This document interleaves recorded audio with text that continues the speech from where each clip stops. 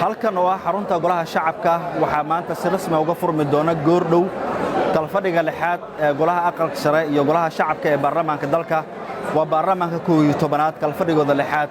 kadib markii xildhibaanada labada aqal ee baarlamaanka dalka ay ka soo laabteen fasax ay muddo bil ah ku maqnaayeen xiritaankii kalfadhigii shanaad fasaxii ay galeen kadib goordhow waxaa si rasmi ah u furmi doona kalfadhiga lixaad ee baarlamaanka 11aad ee Jamhuuriyadda Federaalka ee Soomaaliya golaha shacabka iyo aqalka sare waxaana sida uu tilmaamayo dastuurka Jamhuuriyadda Federaalka Soomaaliya kalfadhigan lixaad si rasmi ah u furi doona madaxweynaha Jamhuuriyadda Federaalka ee Soomaaliya oo khudbadiisa dastuuriga ka jeedin doona waa sida dastuurka Jamhuuriyadda Federaalka ee Soomaaliya uu qabo madaxweynaha ayaana kalfadhi walba furi doona khudbad taariikhiya ama dastuuriya ayuuna ka jeedin doona madaxweynaha Jamhuuriyadda Federaalka ee Soomaaliya furitaanka baarlamaanka Jamhuuriyadda Federaalka ee Soomaaliya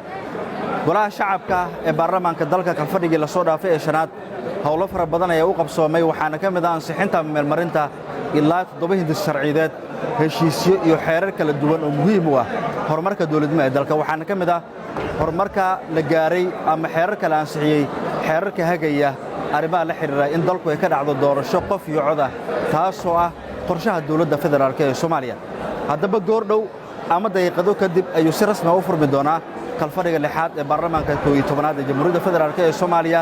raadiyo Muqdisho telefishinka qaranka Soomaaliyeed iyo mareegaha kala duwan ee warbaahinta qaranka ay si toos ah ula socon doontaan hadba halka ay hawshu marayso gaar ahaan khudbadda dastuuriga ee madaxweynaha jamhuuriyadda iyo sidoo kale hadal jeedinta gudoomiyaha golaha shacabka ee baarlamaanka dalka mudane Sheekh Aadan Maxamed Nuur Sheekh Aadan Madoobe waxaana Ibraahim Guule Isxaaq waxaan idinkaga soo waramayaa xarunta golaha shacabka